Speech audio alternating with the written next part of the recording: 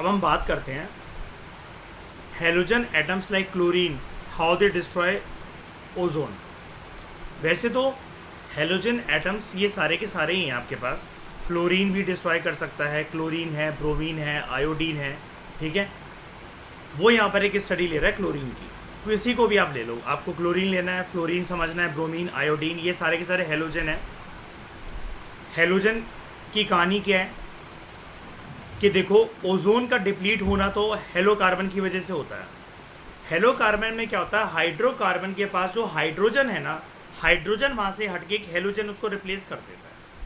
अब वो रिप्लेस होने की वजह से क्या होता है कि वो ना दूसरे एटम्स के साथ रिएक्ट करना शुरू कर देता है। वो रिएक्ट इस कदर करता है कि वो ओजोन को खा जाता है, निचोड़ लेता है, अपने अंदर समा जाता है, जिसकी वजह से ओजोन जो है वो डिप्लीट हो जाता है। आराम से समझते हैं इस चीज़ को, डोंट वरी। थोड़ा सा ज्ञान आपको यहाँ मिलेगा, बाकी ज्ञान आपको लखमीर सिंह मजीद कौर की बुक में मिलेगा, साइंस की बुक्स में, ठीक है। देखो, एक टर्म है आपके सामने जो कि यूनिक टर्म है, आपको पता होनी चाहिए, फोटो डिसोसिएशन।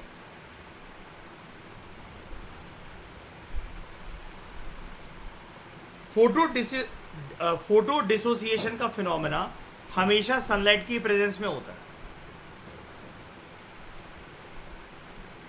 यहां पर क्या होता है, कोई भी जो एक एटॉमिक बॉन्ड बन रखा होता है ना एक दो एटम्स के बीच में, पता क्या लग रहा है आपको? फोटो का मतलब क्या है यहां पर? सनलाइट।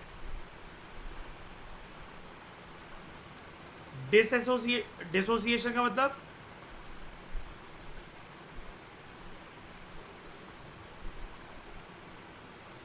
Break down. राइट और रॉन्ग?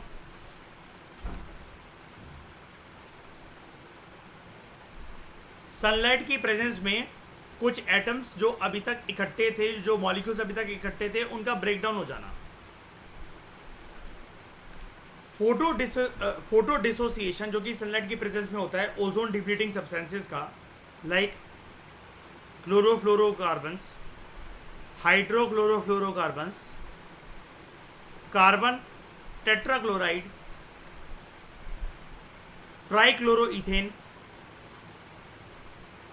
फ्रियोन्स एंड हेलोन्स, ये ओजोन डिप्लीटिंग सब्सटेंसेस हैं। बचपन से आज तक आप लोगों ने chlorofluorocarbons, hydrochlorofluorocarbons, carbon tetrachloride and trichloroethane ये सुना होगा। इवन हेलोन भी सुना होगा, क्योंकि हम इसको कुछ चैप्टर्स पहले डिस्कस कर चुके हैं। ये आपके लिए एक नई टर्म है जो कि मैं आपको बता सकता हूँ कि अभी ये पहली बार PMFIS में यूज हो रही है, फ्रियोन्स।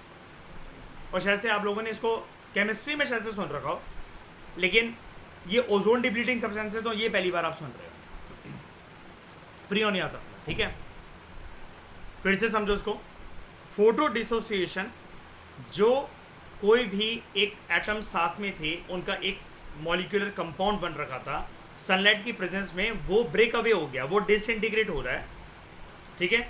जब भी ऐसा फोटो डिसोसिएशन हो रहा है ओजोन डिप्लीटिंग सब्सटेंसेस का, like hello carbon, refrigerants, solvents, propellants, foam blowing agents, ये कुछ भी नहीं है, मतलब ये एसीज की बात, रेफ्रिजरेटर्स की बात, फ्रिज की बात, स्प्रेस की बात, परफ्यूम की बात, डिओड्रेंट्स की बात, ये इनकी बात कर रहा है। It creates free chlorine atoms that destroy ozone.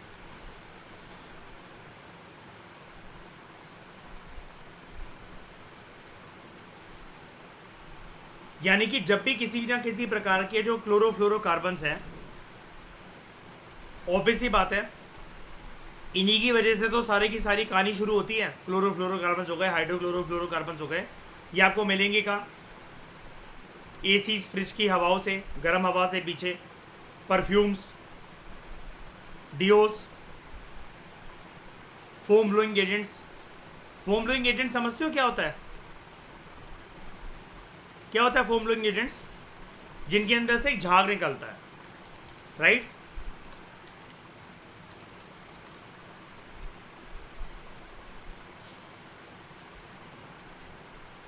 Colour वगैरह करने के लिए, कुछ भी करने के लिए, ये होता है फोम ब्लिंग एजेंट्स। ये बंदा खुद इतना प्रोटेक्टिव गियर क्यों पहन रखा है? क्योंकि इसकी स्मेल जो होती है वो टॉक्सिक हो सकती है ना, इसके लिए जहरीली हो सकती है। निकल रहा है इसमें से झाग।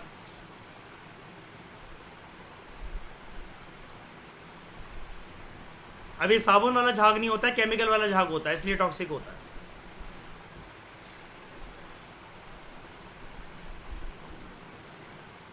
तो it creates free chlorine atoms that destroy ozone. Ozone depleting जो सब्सटेंसेस थे, क्लोरोफ्लोरोकार्बन या कुछ भी जो चीज थे, सनलाइट की प्रेजेंस में उनका होना, उनका क्या हुआ, उनका हुआ चटकना, वो अलग हो गया एक दूसरे से। समझो इस चीज को आराम से, कोई प्रेशर वाली बात नहीं है, पहली बार आपके सामने कंसेप्ट आ रहा है, आराम से समझो उसको, इसलिए मैंने इसका एक सेपरेट लेक्चर बनाया।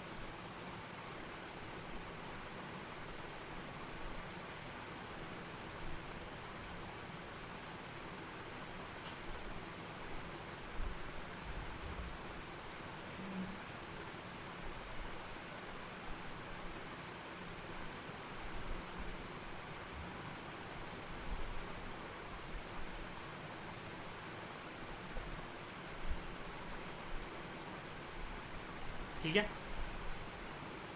इतने से पार्ट को आप समझ जाओ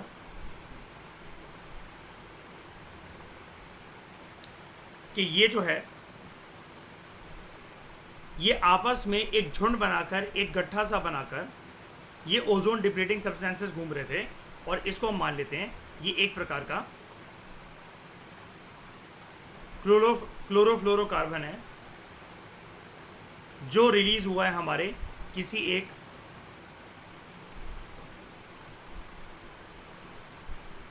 परफ्यूम की वजह से। नॉर्मल तरीके से एग्जांपल से समझो, अभी पूरी स्टोरी समझ में आ जाएगी आपको। क्या होता है,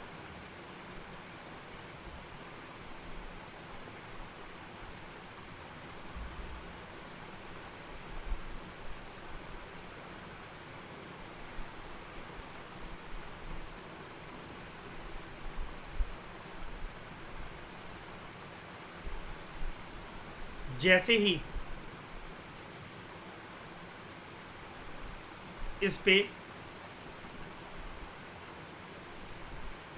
सूरज की किरणें पड़ेंगी,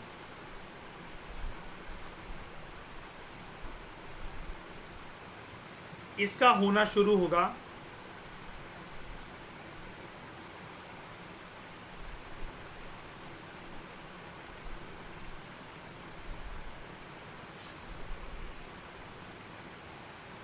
ब्रेकडाउन।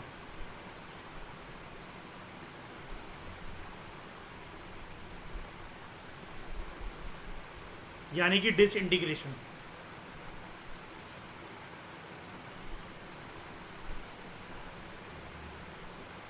इतनी कहानी समझ आई, पहला स्टेप समझ में आया?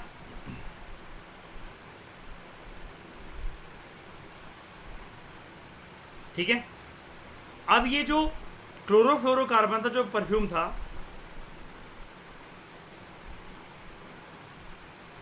यही अपने अंदर एक चीज समा कर रखा हुआ था, एक चीज इसके अंदर बसी हुई थी। ये एक प्रकार के क्या थे,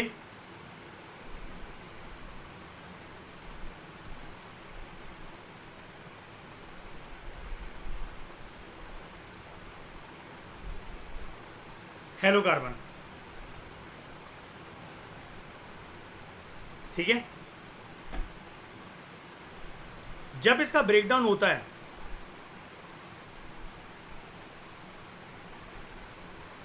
जब इसका ब्रेकडाउन होगा,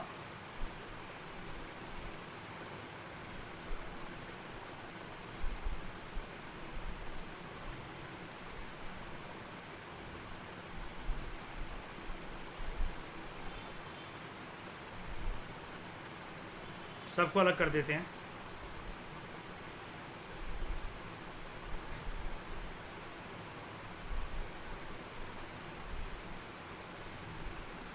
सारे अलग हो गए।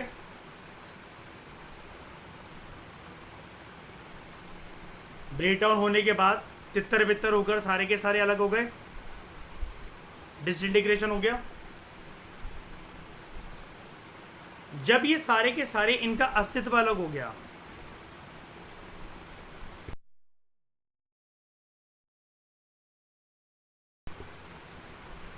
One, two, three, four, five. Five क्यों? हमारे एग्जाम्पल के हिसाब से फाइव। कंफ्यूज मत होना कि सर आपने फाइव ही क्यों लिया, फाइव ही होते हैं क्या? ऐसा कुछ भी नहीं है।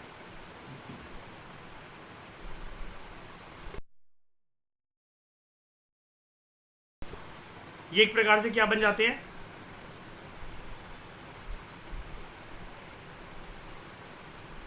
Free chlorine atoms.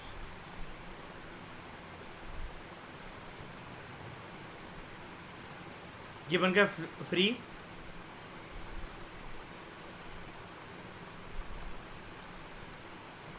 Chlorine atoms. बस इन्हीं के अंदर कैपेबिलिटी होती है अलग अलग होकर ओजोन को डिस्ट्रॉय करने की, बिकॉज ऑफ वेरियस रिएक्शंस। ये पूरे का पूरा जैसे मैंने अभी आपको एक ये बनाकर दिखाया था, साथ में ये जो थे ये था CFC मॉलिक्यूल। सनलाइट की प्रेजेंस में सूरज की किरण इसके ऊपर पड़ी, देखो अल्ट्रावायलेट रेडिएशन से it causes the chlorine atom to break away from the CFC molecule.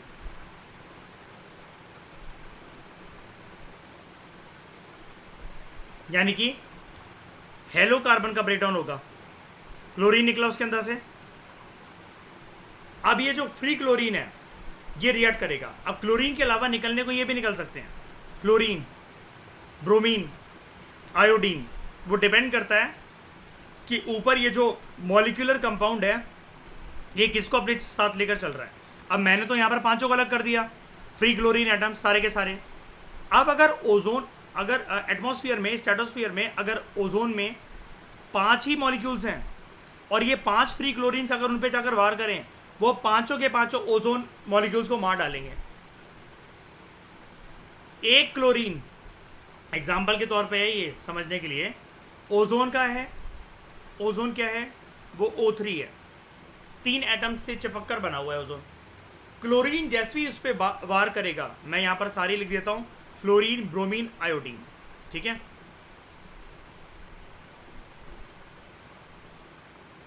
Fluorine, bromine, iodine. जैसी इनमें से कोई भी ये हेलो कार्बन ओजोन पे वार करेगा, कोई भी एक, हमारे केस में अभी क्लोरीन कर रहा है इमेज में, क्लोरीन ने जैसे ही ओजोन पे वार करा, ये इतना ज्यादा हरामखोर होता है, ही जस्ट बिहेव्स लाइक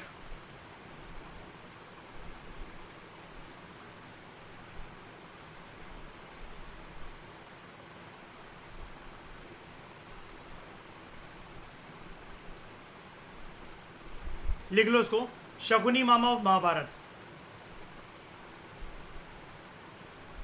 अभी तक ये ओजोन का मॉलिक्यूल कितना वफादार बन के श्रेया ओजोन के साथ जिंदगी में कदम से कदम मिलाकर चला, जिंदगी में कदम से कदम मिलाकर चला। नहीं ईशा, ओजोन का तो अस्तित्व ही O3 था हमेशा से। क्लोरीन की एक छोटी सी बात के बहकावे में आकर 2 मिनट में अपने बाकी 2 मॉलिक्यूल्स को छोड़कर ये कहां चल पड़ता है? क्लोरीन के साथ। क्लोरीन सगा किसी का नहीं है, फ्लोरीन, ब्रोमीन, आयोडीन ये सगे किसी के नहीं है। हेलो कार्बन सबसे ज्यादा हरामखोर, इनको सिर्फ क्या करवाना था? रिश्ते तोड़वाने थे। शकुनी मामा किसी का सगा था, दुर्योधन का साथ देता था, तो क्या शर्म वो दुर्योधन का सगा था? उसको तो अपनी बहन का गांधारी का बदला लेना था ना, कि किसी अंधे से शादी करवा दी मेरे माँ बाप ने, उसका जीवन वो है जो खराब हो गया। पूरे के पूरे वंश का मैं विनाश करके ही रहूंगा, बिना बल के। बल नहीं करूंगा लेकिन छल करूंगा। यही तो आइडियोलॉजी थी शकुनी मामा की, राइट? क्यों इसमें गलत बोल रहा हूं? क्लोरीन यहां पर सगा किसी का नहीं है। वो भड़काएगा ऐसे ओजोन को कि एक ओजोन का मॉलिक्यूल इसके साथ आने को मान जाएगा। जब ट्रिनिटी जो ओजोन के पास थी O3 की फॉर्म में, जब वही टूट जाती है, ये ओजोन के अंदर क्या थे, 3 ऑक्सीजन के मॉलिक्यूल से, ट्रिनिटी थी उनकी, जब वही टूट गए, अब ओजोन ओजोन का रहा। अभी तो देख रहे हो एक ट्रिनिटी के पेयर को उन्होंने तोड़वाया है, सिर्फ एक को। अब स्ट्रेटोस्फीयर में ऐसे ट्रिनिटी के ओजोन के कितने सारे पेयर्स होंगे, कैन यू इमेजिन?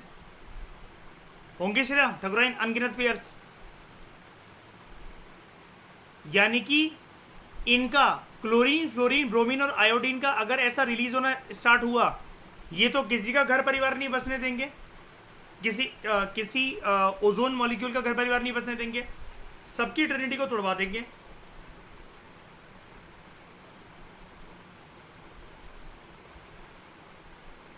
तो free chlorine atom hits an ozone molecule, उसको अप्रोच करता है,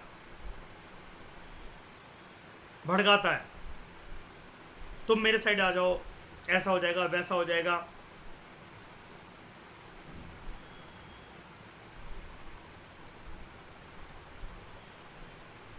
अब जैसे ही ये कितने मॉलिक्यूल्स है ऑक्सीजन के यहां पर, oxygen 1, oxygen 2, oxygen 3, they were existing in the form of Trinity.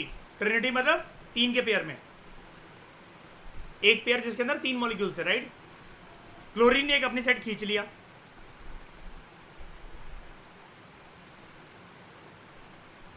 ये क्या बन जाता है,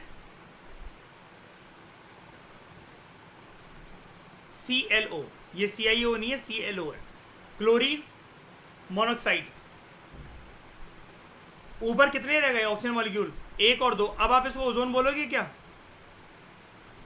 अब आप इसको ओजोन बोलोगे? अब ये ऑक्सीजन मॉलिक्यूल्स ओजोन वाला काम कर सकते हैं क्या?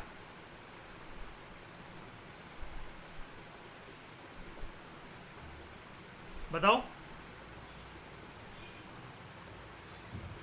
नहीं ना। कैसे करेगा, ओजोन तो ट्रिनिटी में था ना, O3 है ना उसका फॉर्मूला। श्रेया ओजोन बोल सकते हैं हम इसको, बताओ क्यों? इसमें नहीं, ओजोन है। तो chlorine atom pulls one oxygen atom away, खींच लिया उसको, भड़का दिया। शकुनी मामा का रोल प्ले हो रहा है।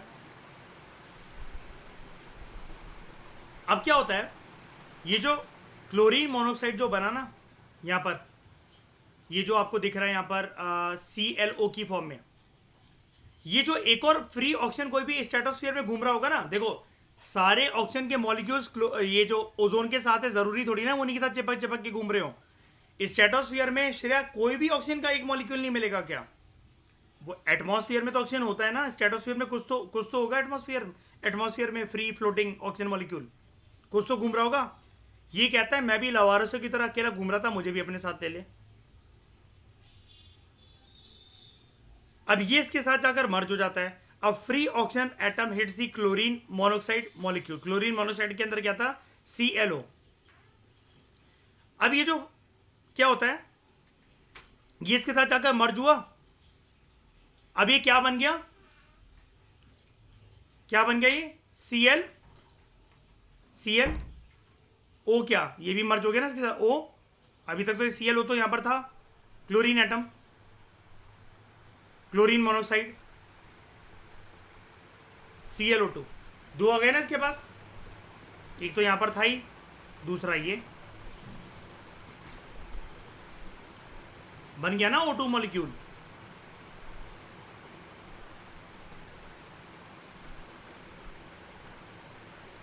Number 1, number 2। और एक कौन सी वाली स्टेज है, इससे प्रायर स्टेज से, पहले वाली स्टेज है।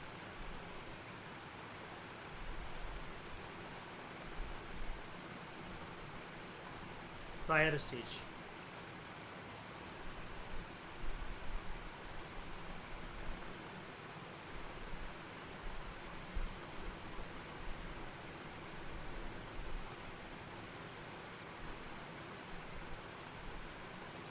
अब इससे होता क्या है, अब एक और नया स्ट्रेटोस्फीयर के अंदर फ्री क्लोरीन एटम जो है वो जनरेट हो गया।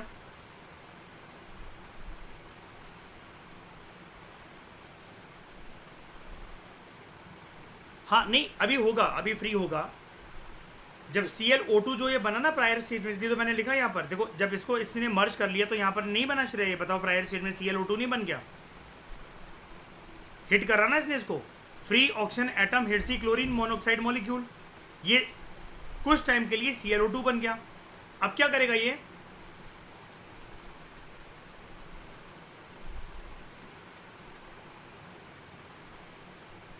मतलब मुझे O2 नहीं लिखना चाहिए था उसको, वो दो हैं, हाँ सही कह रहे हो आप, सॉरी ऑक्सीजन तो अपने आप में ही O2 है ना। आप ऐसा समझ लो ClO का जो पेयर था उसके साथ एक और ऑक्सीजन का मॉलिक्यूल आया। अब ठीक है, थैंक यू, मैं गलती कर गया था, हाँ ठीक है ठीक है ठीक है।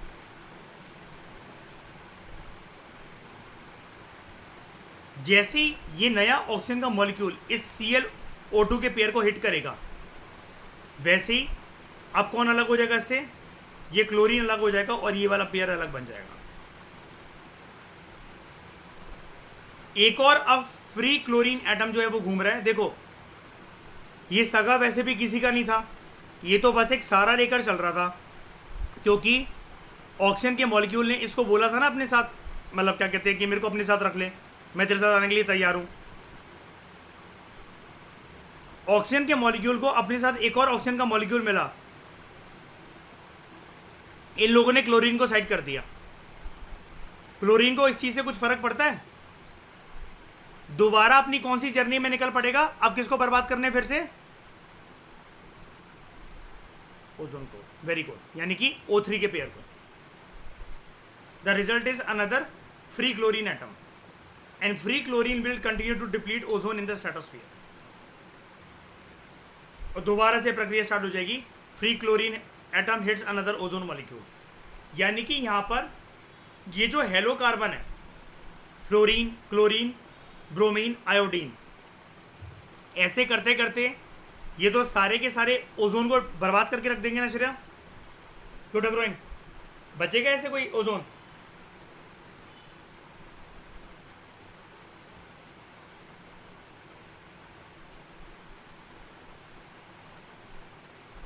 तो photodissociation of ozone depleting substances break ozone into oxygen molecules.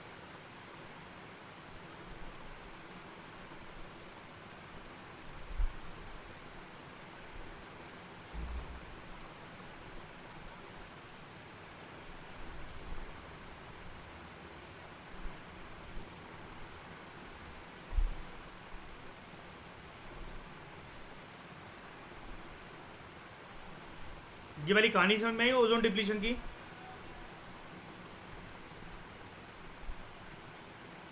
बताओ जल्दी बताओ।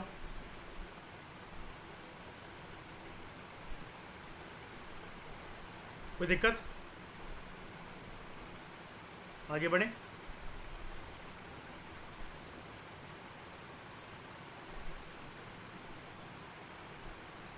Polar vortex cold wave sudden stratospheric warming. अब पोलर वॉर्टेक्स को हम लोग जानते हैं, इसके बारे में कुछ बातें जानते हैं। पोलर वॉर्टेक्स आपने कहाँ देखा, कहाँ पर ये फिनोमेना होता है जनरली? अर्थ के कौन से रीजन्स पे? पोलर रीजन्स पे। तो पोलर वॉर्टेक्स एक प्रकार से पोलर साइक्लोन होता है।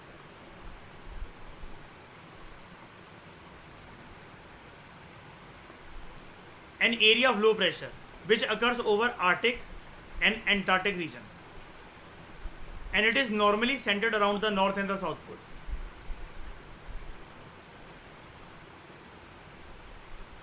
अब पोलर वॉर्टेक्स एक प्रकार से पोलर साइक्लोन होता है। इसका मतलब ये साइक्लोन क्या पानी में आ रहा है क्या?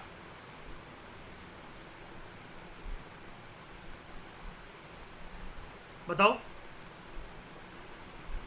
ये फिनोमेना पानी का फिनोमेना है, एयर का फिनोमेना है। Very good Shiva.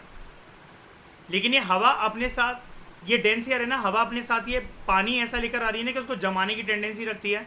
जिस भी चीज़ के ऊपर ये पड़ेगा उसके ऊपर एक बर्फ़ छोड़ जाएगा। अभी जैसा कि मैंने दिखाया आपको, गाड़ी, पेड़, लैंप्स, सड़कें। तो polar vortex is usually held in a place by a jet stream. Jet stream एक हवा को ही कहते हैं, तेज़ हवा को। ये मैं आपको आगे चलकर क्लाइमेटोलॉजी में और क्लियर करूंगा। It is a river of wind which is 25,000 to 35,000 feet above the ground. अब नीचे की तरफ, अर्थ के जितना आप नीचे आते जाओगे वहां पर कैसी एयर आपको मिलती जाती है, ठंडी की गर्म? आप सरफेस पर आते जा रहे हो, अर्थ के जितना पास उससे आते जा रहे हो, गर्म हवा है वहां पर कि ठंडी हवा है?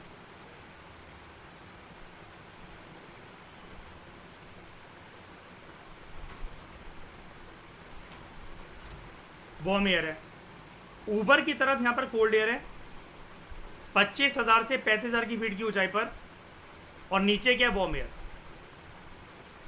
And it starts bending around high and low pressure weather system. क्यों? हवा का रुख हमेशा कहां से कहां होता है Shreya?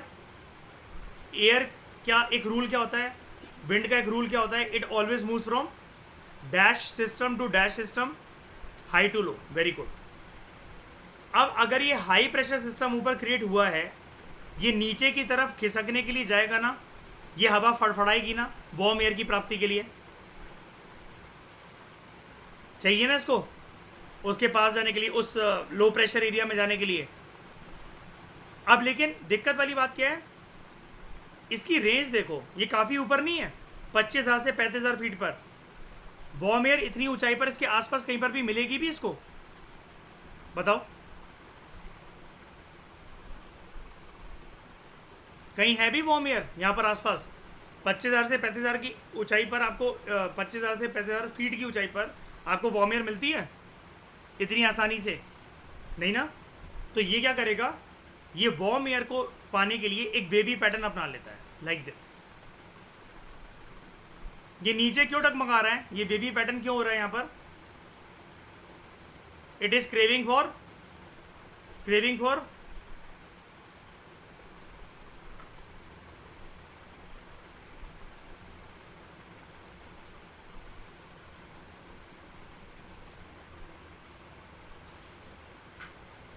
Low pressure warm air system. यहां पर देख रहे हो, हवा एक बेंड्स बना लेता है around high and low pressure weather system.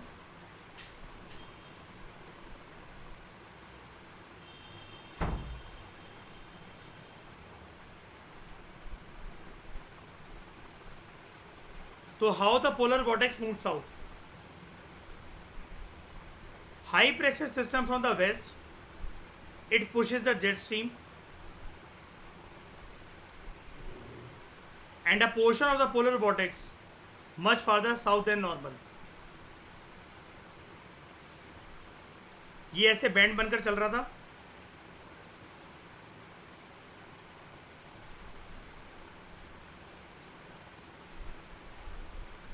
ये जेट स्ट्रीम है। एकदम से कभी कभार यहां पर एक हाई प्रेशर सिस्टम क्रिएट हो जाता है, बहुत ज़्यादा। अब हाई प्रेशर कोई भी जो चीज़ होती है वो ऊपर की तरफ उठती है कि नीचे की तरफ जाती है, उसके अंदर डेंसिटी ज़्यादा होती है कि कम होती है, वजन ज़्यादा होता है कि कम होता है? वो ऊपर उठेगा कि नीचे जाएगा? बताओ।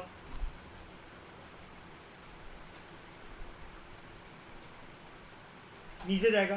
क्यों? क्योंकि वो क्या है, वो भारी है, डेंसर है। Very good. एकदम से हाई प्रेशर सिस्टम यहां पर क्रिएट होने की वजह से ये झुक जाता है, एकदम नीचे गिरा, अपने आप को दोबारा संभाला और फिर ये चलने लगा। पोलर वॉर्टेक्स हमेशा जब भी होता कहां पर है, पोलर रीजन्स में ना, हल्का सा पोलर रीजन को तोड़कर साउथवर्ड में आने की अपनी कोशिश कर रहा है। मतलब पोल, ये जो साउथवर्ड वाली बात हो रही है ना, ये हम मेजर कर रहे हैं फ्रॉम द पोलर रीजन, जो कि इसका स्टार्टिंग पॉइंट होता है। पोलर रीजन से साउथवर्ड की तरफ, थोड़ा सा नीचे की तरफ जो झुका हुआ है। तो हाई प्रेशर सिस्टम जो होता है जो वेस्टर्न साइड से आ रहा होता है, it pushes the jet stream and a portion of the polar vortex, पूरा मतलब पूरी जेट स्ट्रीम नहीं, उसका कुछ portion much farther south than the normal, काफी नीचे झुका देता है इसको। अब यही जो पोर्शन होता है ये आपको नॉर्थ अमेरिका में देखने को मिलता है, and it causes temperatures in the Midwest and eastern United States to dive below zero. Northern hemisphere में it is anticlockwise. Upper tropospheric layer में लो प्रेशर सिस्टम होता है, एकदम से अगर हाई प्रेशर बढ़ जाए नीचे गिर जाएगा। And it is circumpolar. Circumpolar का मतलब क्या होता है, यहां पर पोलवर्ड, यहां पर नॉर्थ पोल है, यहां साउथ पोल है, इसके पूरे बैंड में घूमेगा ये लाइक दिस।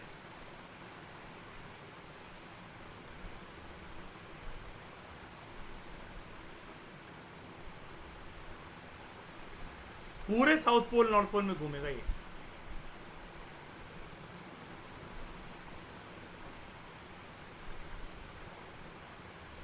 पूरा चक्कर लगाएगा यानी कि उस लैटिट्यूड का।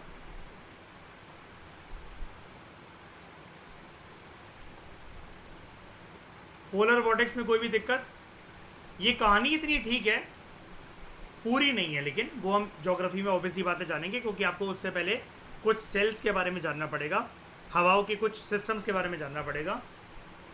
ये इवेंट एकदम से जेट स्ट्रीम की वजह से ऐसा तो नहीं है कि एकदम से शुरू हो गया होगा, सनलाइट की पेनिट्रेशन नहीं हो पाती है वहाँ पर, उसका भी ख्याल आपको रखना पड़ेगा।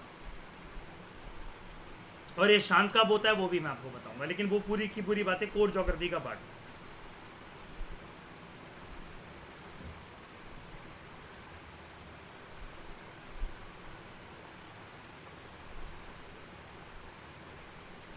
समझ में आया?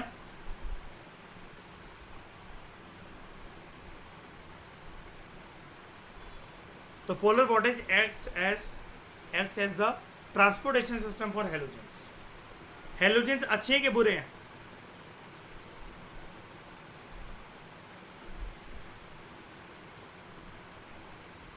प्रीवियस लेक्चर में जो आपने हेलोजेंस के बारे में जाना था, ये अच्छे हैं कि बुरे हैं? Fluorine, chlorine, bromine, iodine,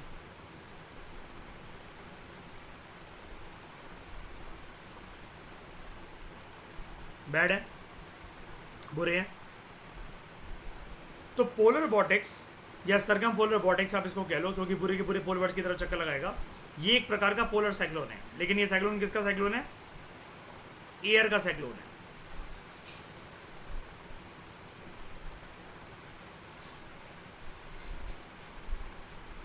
jet stream का फिनोमेना यहाँ पर वर्क कर रहा है। जेट स्ट्रीम को, मतलब इन हवाओं को जेट स्ट्रीम क्यों कहते हैं, अभी हमारा नेक्स्ट चैप्टर क्लाइमेट के ऊपर ही, इंडियन क्लाइमेट के ऊपर मैं आपको बताऊंगा।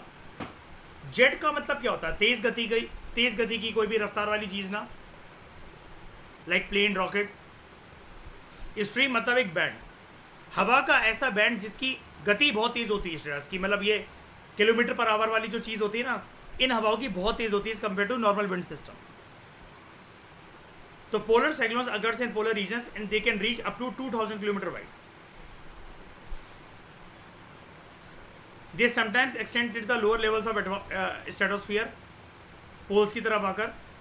The troposphere extends at poles, the troposphere extends only up to 8 to 9 km. आपको ये चीज पता है ना? ट्रोपोस्फियर का ज्यादा मोटापा किस तरफ होता है, इक्वेटर की तरफ या फिर पोलवर्ड्स की तरफ? क्या रूल पढ़ते हैं ज्योग्राफी में?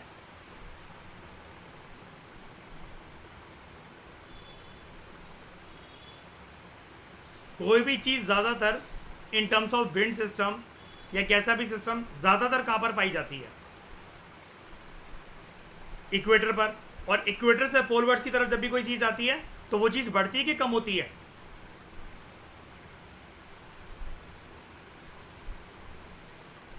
Gets thinner. Very good. तो they sometimes extend till the lower levels of stratosphere at poles. Stratosphere poles में जो ट्रोपोस्फियर होता है उसकी रेंज सिर्फ 8 से 9 किलोमीटर की होती है। तो स्ट्रेटोस्फीयर के लोअर लेवल पर जो ये गिरने की बात कर रहा है वो ट्रोपोस्फीयर की बात कर रहा है। अब यहां पर क्या होता है, बादल कहाँ होते हैं सबसे ज़्यादा, पहले मुझे ये बताओ, स्ट्रेटोस्फीयर में सबसे ज़्यादा बादल होते हैं या बादल बनने की संभावना होती है, ट्रोपोस्फीयर तक अच्छे खासे बादल बन जाते हैं? कहाँ बनते हैं बादल बनने की प्रक्रिया कहाँ होती है? मैं ये नहीं पूछ रहा आपसे बादल मिलते कहाँ हैं, बादल बनने की संभावना सबसे ज़्यादा कहाँ होती है? ट्रोपोस्फीयर में। Very good. तो polar vortex gives rise to polar stratospheric clouds.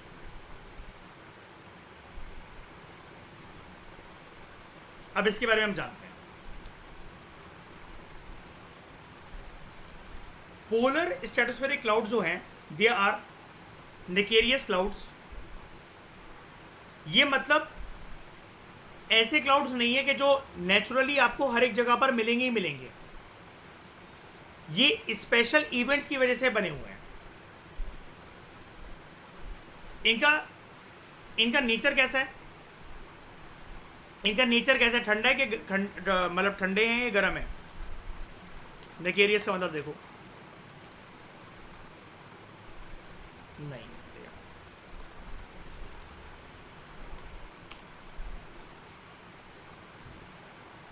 नेकेरियस clouds basically क्या होता है, जब स्ट्रेटोस्फीयर में कोई भी चीज़ हो, मतलब जैसे कि मैंने आपको बताया इरेगुलर सी कोई भी चीज़ होती है उसको नेकेरियस बोलते हैं। लेकिन नेकेरियस क्लाउड्स के यहाँ पर क्या मतलब है, आप जानते हो कि स्ट्रेटोस्फीयर में क्लाउड्स नहीं बनते प्लेन, तभी तो वहाँ पर वो उड़ता है।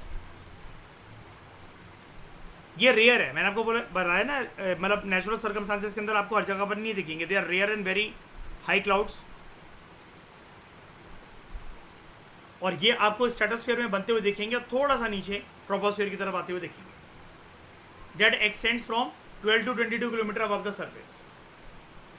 नेकेरियस क्लाउड्स रेयर क्लाउड्स होते हैं इन द फ्रिजिड रीजन्स, मतलब जो कि हाई कोल्ड रीजन्स होते हैं in the lower stratosphere. They are mostly visible within 2 hours after sunset and before sunrise. They are bright even after sunset and before dawn, before sunrise, because at those heights there is still sunlight। इस वजह से they are seen mostly during winter at high latitudes।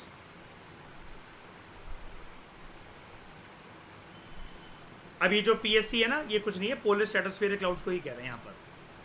Polar stratospheric clouds को PSC कह रहे हैं, confuse मत हो जाना। या नेकेरियस क्लाउड्स, इनके अंदर क्या क्या होता है, वाटर, नाइट्रिक एसिड और sulphuric acid. So they are found mainly during the event of polar vortex in winter, and this event is more intense at the South Pole, Antarctica region।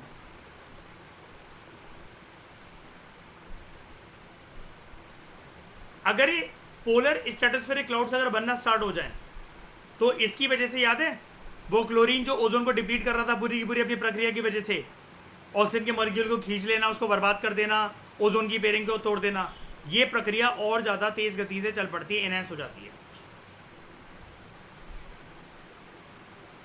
Polar stratospheric cloud जो हैं they convert reservoir compounds into reactive free radicals.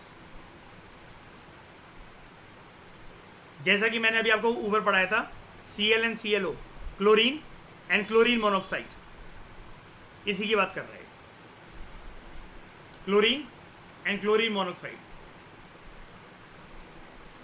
and thereby significantly increasing the reactive halogen radicals, and these free radicals accelerate the depletion of ozone। क्यों? O3 के pairing को तोड़ तोड़कर O2 O2 O2 में convert कर देंगे अलग अलग, फिर क्लोरीन किसी और को बर्बाद करने, ब्लोरीन, फ्लोरीन या आयोडीन किसी और को बर्बाद करने निकल पड़ेंगे। तो polar vortex in the form of polar stratospheric clouds they accelerate ozone depletion. यानी कि ये जो बादल हैं, ये बादल रेयर सर्कमस्टांसेस में, रेयर इवेंट्स में बनते हैं, लेकिन क्या फिर भी ये फ्रूटफुल हैं, अच्छे बादल हैं? क्या प्रोडक्टिव हैं, क्या डिस्ट्रक्टिव हैं?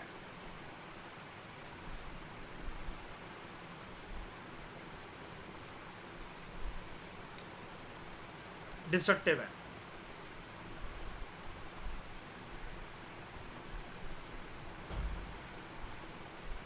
ये वाली चीज़ हम पहले देख चुके हैं, वो ज़्यादा बेटर है। यहाँ पर डायग्राम ये वाला कैसे ब्रेक डाउन होता है इसका पूरे का पूरा ओजोन डिप्लीशन। फिर से ओजोन डिप्लीशन के बारे में ही बता रहा है।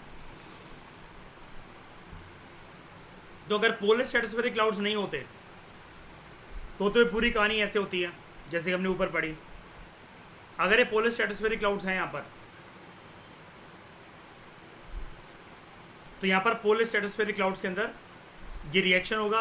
अगेन जो क्लोरीन है वो फ्री फ्लोटिंग क्लोरीन बनेगा सनलाइट की प्रेजेंस में, और ये स्ट्रेटोस्फेरिक क्लाउड्स जो हैं ये जो क्लोरीन बर्बाद करने ओजोन को निकल पड़ता है यहाँ से, फिर क्लोरीन मोनोऑक्साइड ऑक्सीजन के मॉलिक्यूल को अलग करना, उसको डिप्लीट करना, अल्टीमेटली इसकी वजह से ओजोन का डिप्लीशन हो जाना।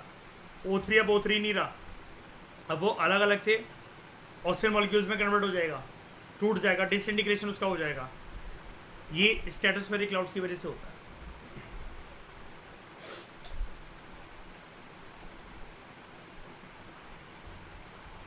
हाँ ठीक है। उसके बाद एक क्वेश्चन देखो यहाँ पर, formation of ozone hole in the Antarctic region has been a cause of concern, what could be the reason for the ozone depletion at poles? Presence of prominent tropospheric turbulence and inflow of chlorofluorocarbons. ठीक है, ये statement ठीक लग सकती है, लेकिन बाकी statement को हमें जान लेना चाहिए कि रेलिवेंट स्टेटमेंट कौन सी इन चारों में से। Presence of prominent polar front and stratospheric clouds and inflow of chlorofluorocarbons. अब ये फर्स्ट स्टेटमेंट से ज़्यादा दमदार स्टेटमेंट है, क्योंकि यहाँ पर स्ट्रेटोस्फेरिक क्लाउड्स के बारे में डिस्कशन है। Absence of polar front and stratospheric clouds and inflow of methane and chlorofluorocarbons and increase temperature at polar region due to global warming. क्या है आपका आंसर?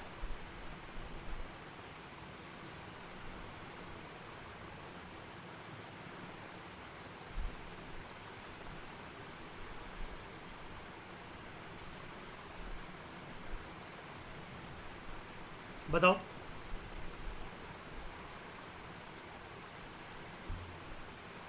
कोई तो एक आंसर चुनो यार, गलत हो गया तो क्या हो गया?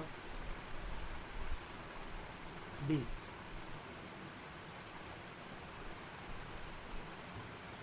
तो ओजोनोस्फीयर एक्चुअली आपको भी पता है कोई लेयर नहीं होती स्ट्रेटोस्फीयर में, जहाँ पर ओजोन मिलती है उसको ओजोनोस्फीयर कहा जाता है।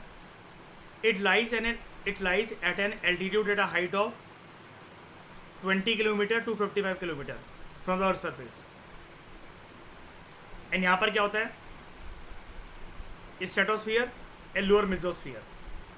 लेकिन ज़्यादातर आपको ओजोन मिलेगा 20 से 30 किलोमीटर की रेंज में, हाईएस्ट कंसंट्रेशन इसकी वहीं पर होगी। ओजोन को डिस्ट्रॉय करने के लिए जो ओजोन डिप्लीटिंग सब्सटेंसेस हैं, they need to be carried up to the lower levels of the stratosphere, and only the weather phenomena that can reach to this level are polar vortex and lowering tropical cumulus clouds। यानी कि आप इसको तो आप वैसे समझो, ये मत करना कि टावरिंग ट्रॉपिकल क्यूमुलस क्लाउड्स, ये मत लिखना। इसको हम लोग क्या बोलते हैं? क्या बोलते हैं? कौन से क्लाउड्स बताए मैंने आपको यहाँ पर? Polar stratospheric clouds, PSCs।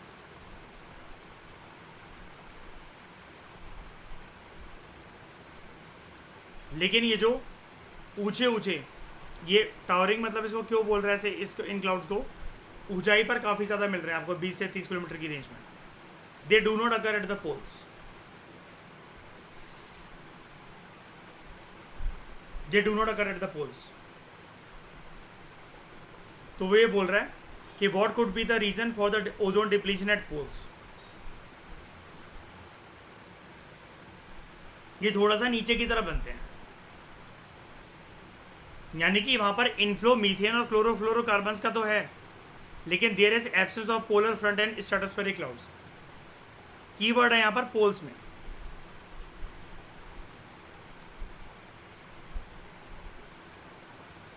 Stratosphere के नीचे वाले लेवल्स पर, यानी कि ट्रोपोस्फियर के ऊपर वाले लेवल पर आपको देखने को मिलेंगे, जैसे कि हम यहाँ डिस्कस कर रहे थे।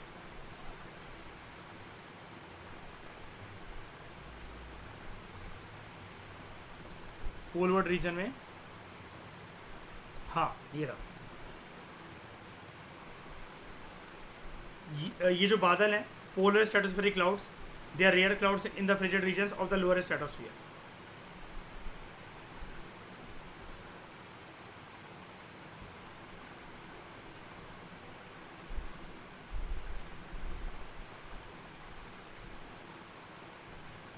यहाँ पर देखो, they sometimes extend till the lower levels of stratosphere, क्योंकि पोल में जो ट्रोपोस्फियर है it extends only up to 8 to 9 kilometre. वो हमसे बादलों के बारे में ना पूछ कर प्रॉपर एक तरीके से एक ब्रॉडर क्वेश्चन पूछ रहा है। ओजोन होल जो एंटार्क्टिक रीजन में जो बना है ये एक कंसर्न है, it is a cause of concern.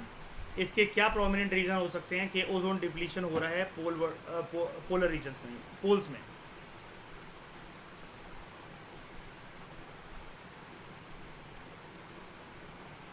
ठीक है, उसके बाद formation of ozone hole in the Antarctic region has been a cause of concern. ये दोबारा वही चीज़ बोल रहा है, तो यहाँ पर अब हम प्रॉपर तरीके से इसको समझते हैं।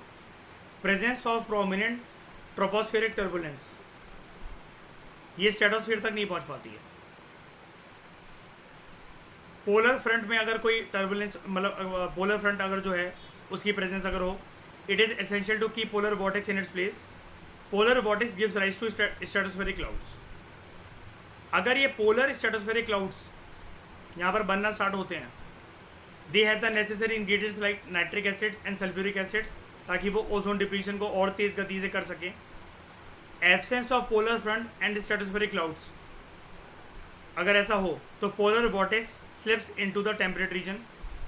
कैसे? एक और चीज़ यहाँ पर क्रिएट होनी चाहिए, क्या? ये टेम्परेट रीजन में, यानी कि साउथवर्ड कैसे आएगा? क्या बनने की वजह से? हाई प्रेशर सिस्टम बनने की वजह से, तभी तो झुकेगा ना नीचे एकदम से। बताओ श्रेया, हाई प्रेशर की वजह से झुकेगा ना नीचे एकदम, वजन आएगा उसके अंदर। इनफ्लो ऑफ मीथेन, मतलब ये सारे के सारे आपको ना एक चीज़ बता रहा है कि अगर ऐसा होगा तो उसका इफेक्ट क्या निकलेगा। Inflow of methane, methane is not in the list of ozone depleting substances. Methane के होने से कुछ फर्क नहीं पड़ता।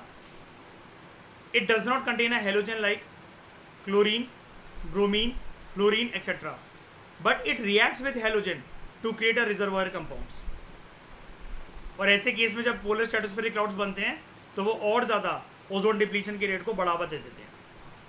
अगर टेम्परेचर बढ़ने लगे at polar region due to global warming, this does not have any direct impact on ozone depletion at the poles.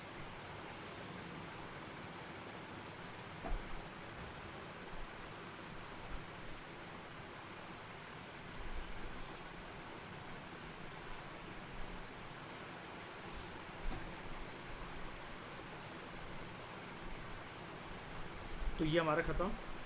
अगला भी हमारा एक एयर पोल्यूशन के बारे में ही चैप्टर है, prevention and control of air pollution, chapter number 18, इसको हम देखेंगे बाद में। तो इस डिस्कशन में दोस्तों फिलहाल इतना ही।